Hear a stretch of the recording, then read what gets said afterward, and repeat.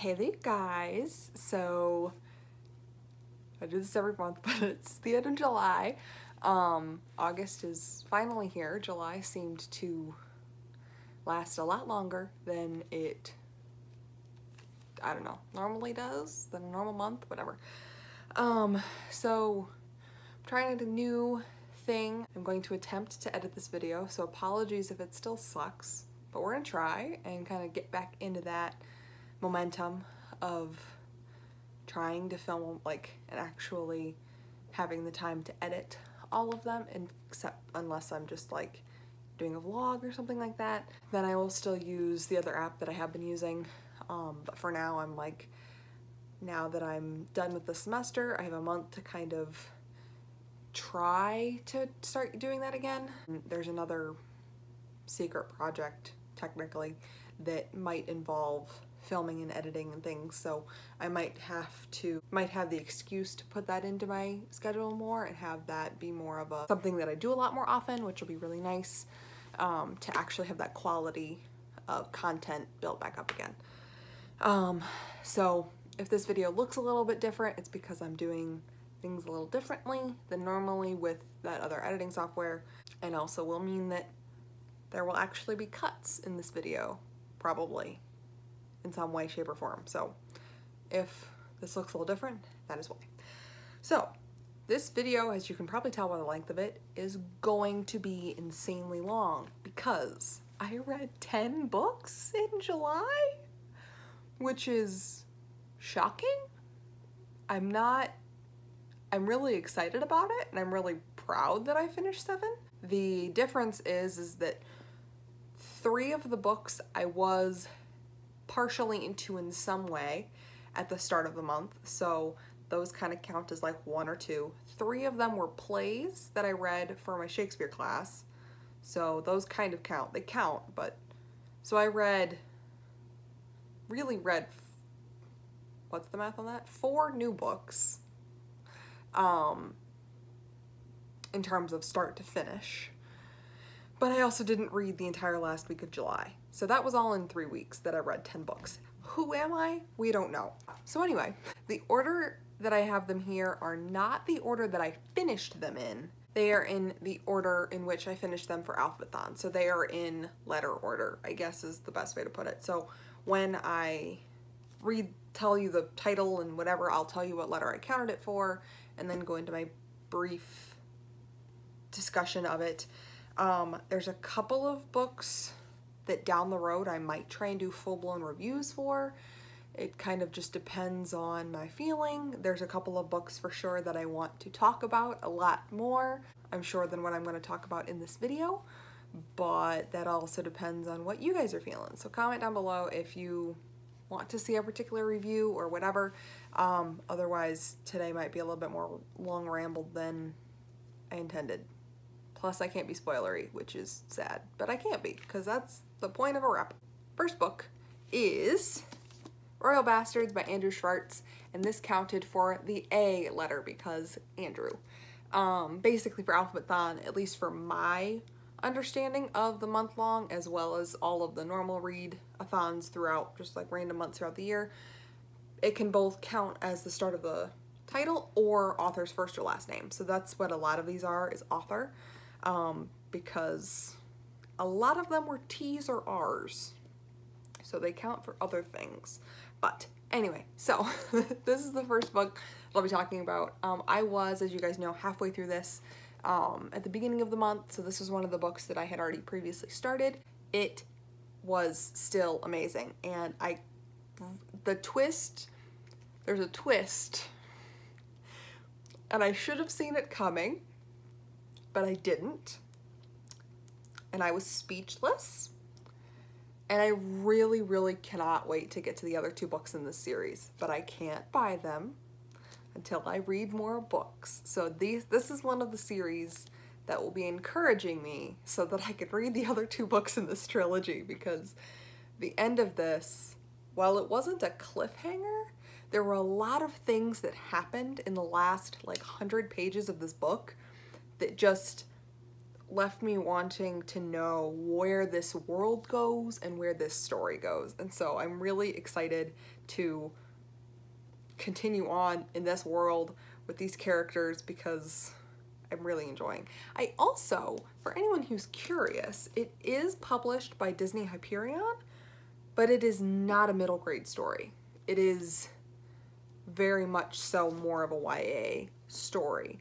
Nothing like overt happens, but just kind of the relationships between characters is a lot more mature than what I went into the story thinking it was going to be, because I figured it was going to be middle grade, or more so middle grade, because it is published by Disney Hyperion, which they publish a lot of middle grade stories, but it is not middle grade, which was nice, and I enjoyed it. I loved the fact that it was YA, but yes. The next book that I'm going to talk about that counted for the letter C in the alphabet, I skipped B because I didn't finish my B book, was The Ballad of Songbirds and Snakes by Suzanne Collins.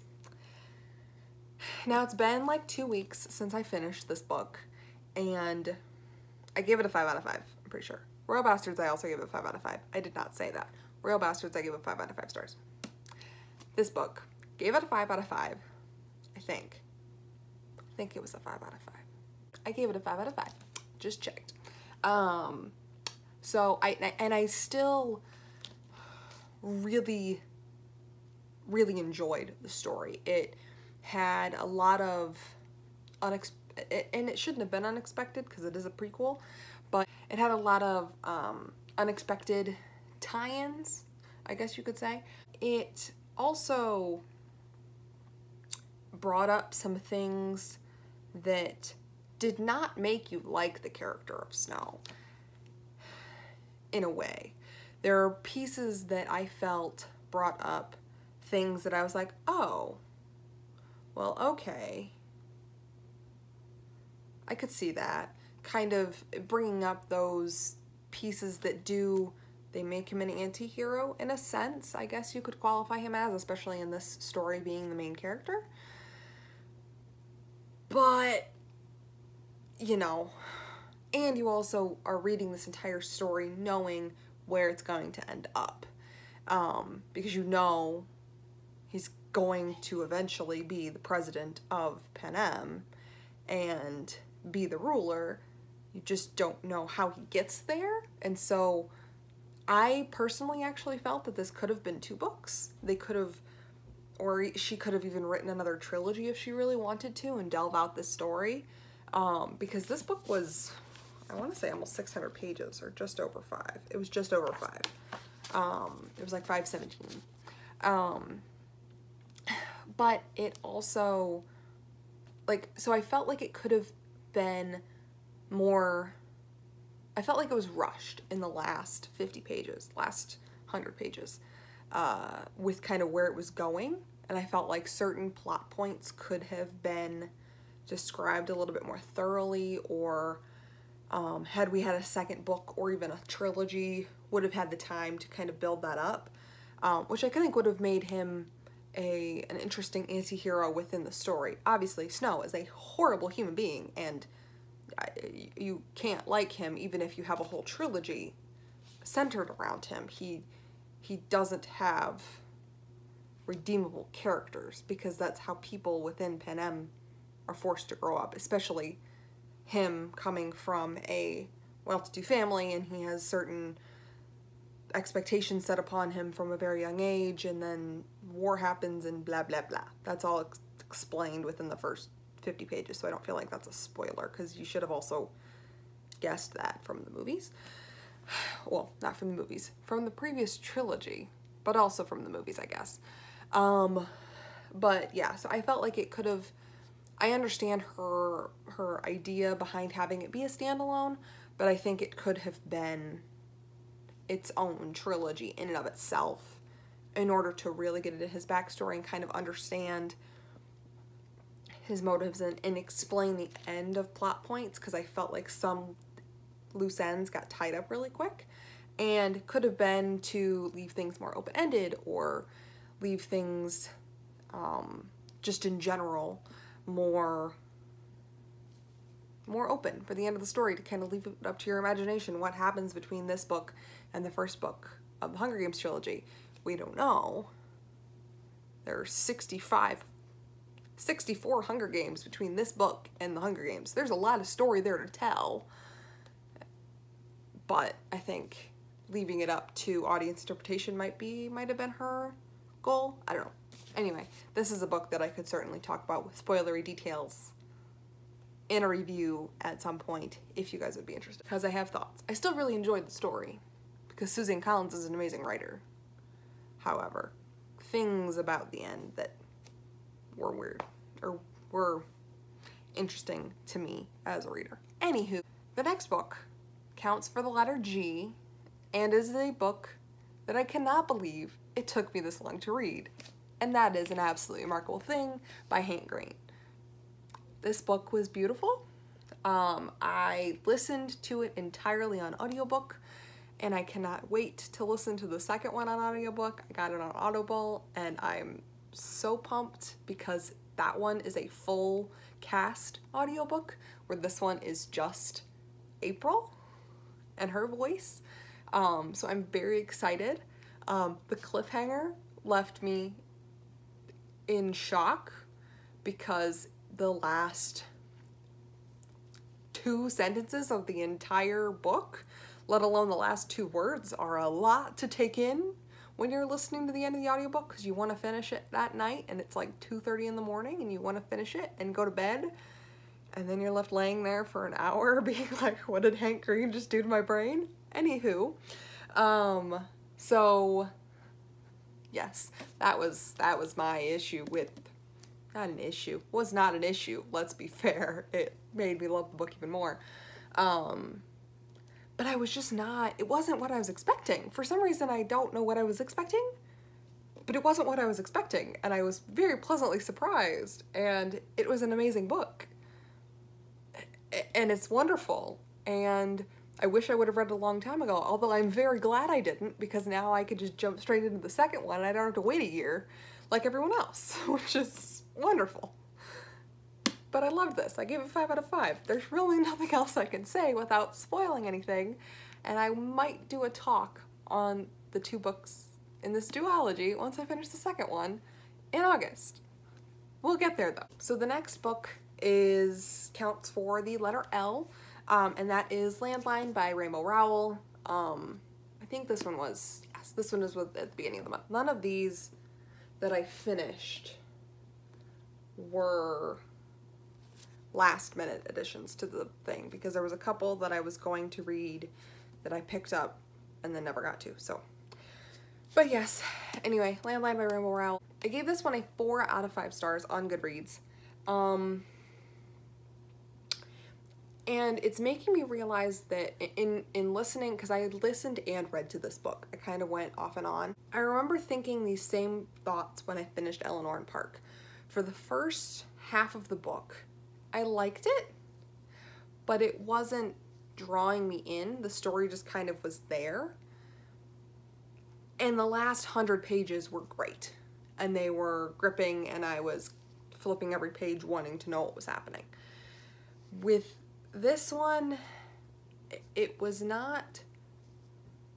the story I knew I was getting, but not the story I was expecting it to be at certain points. It kind of was cringy and predictable at certain points, which is not bad. Sometimes you want, I mean, because technically this could be quantified as a romance novel.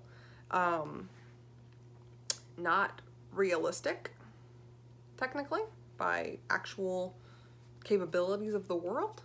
I don't know what you would call it, because it's not, I guess technically it could be science fiction, fantasy, whatever, but it's a fictional universe.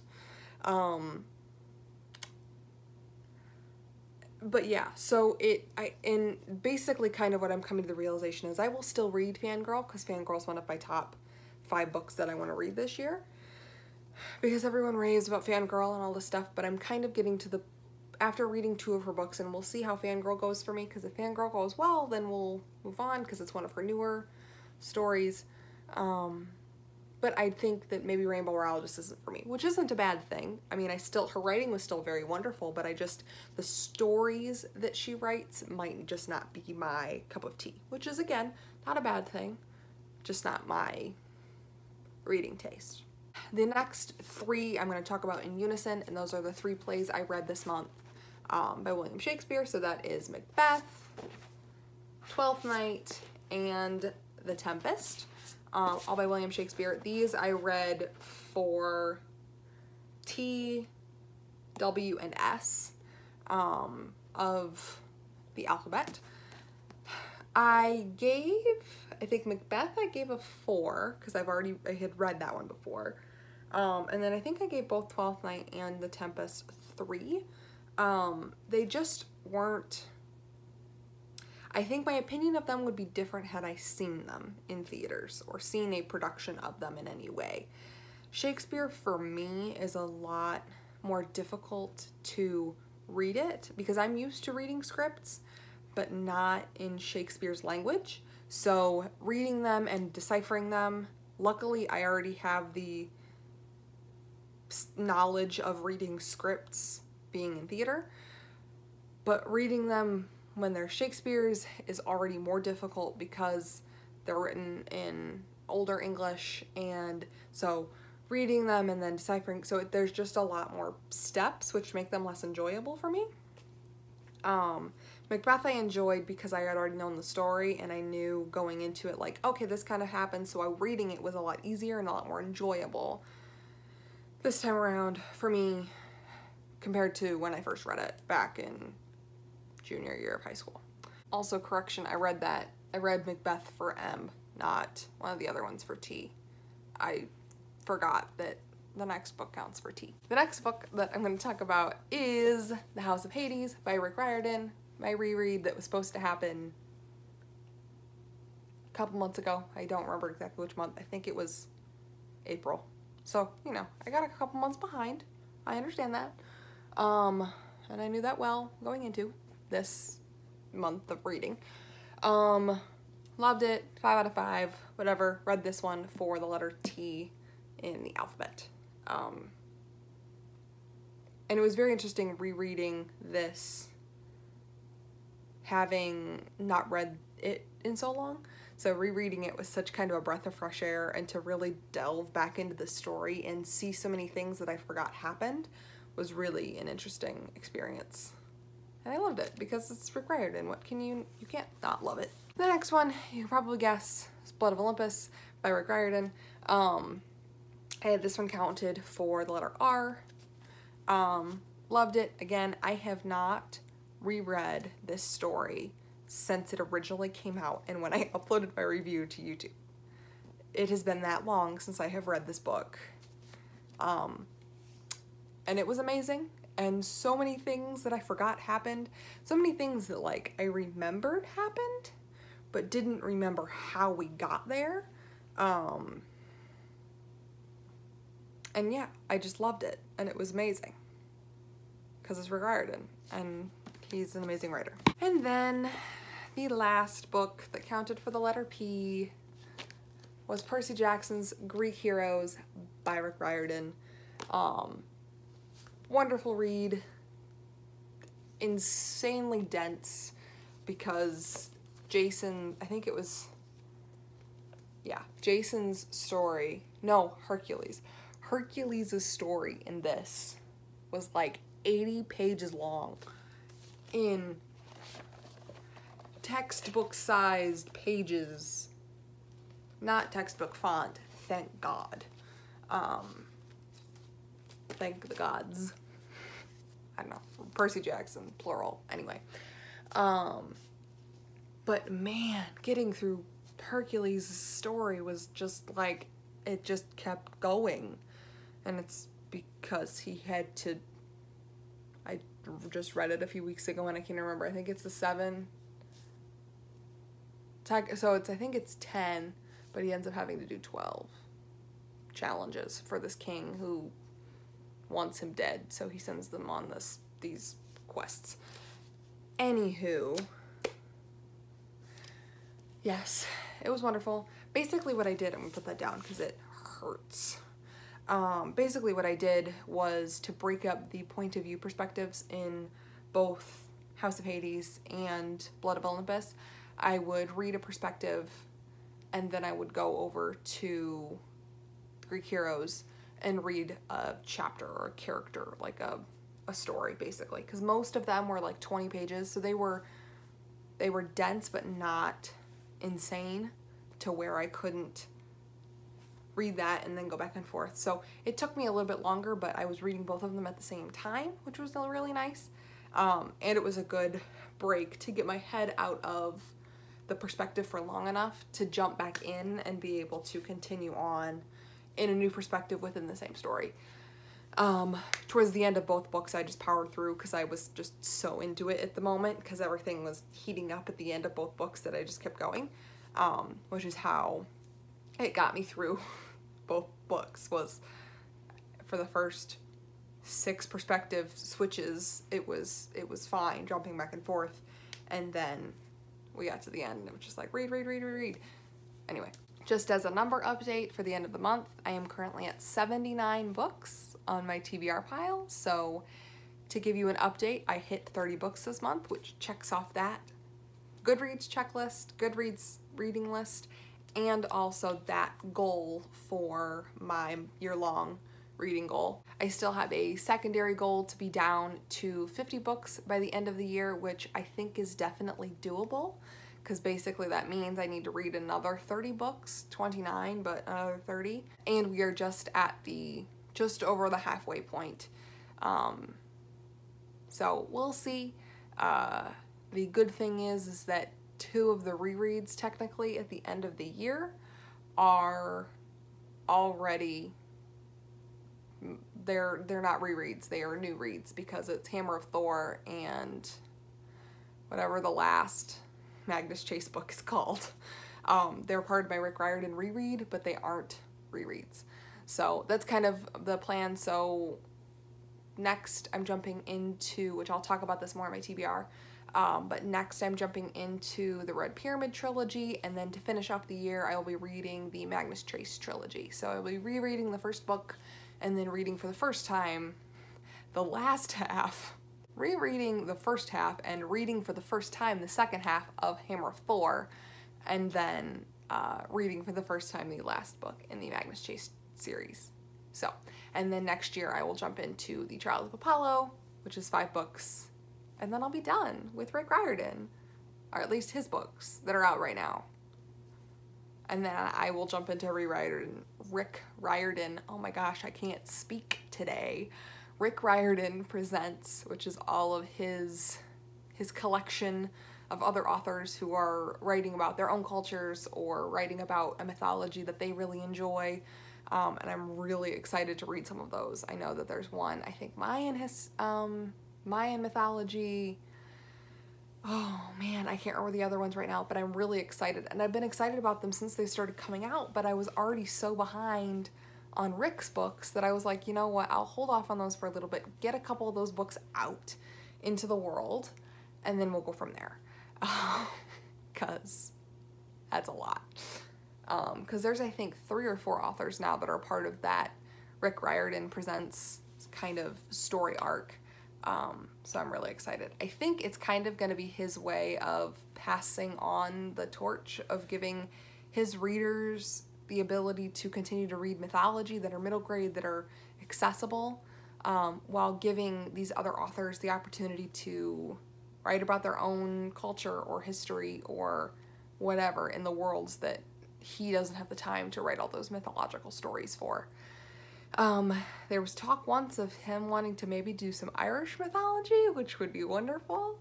But that might come after he finishes working or is into a little bit more working on the Percy Jackson series for Disney Plus, because that is going to be amazing and I can't wait. That was announced like a month and a half ago now, but I'm still so excited.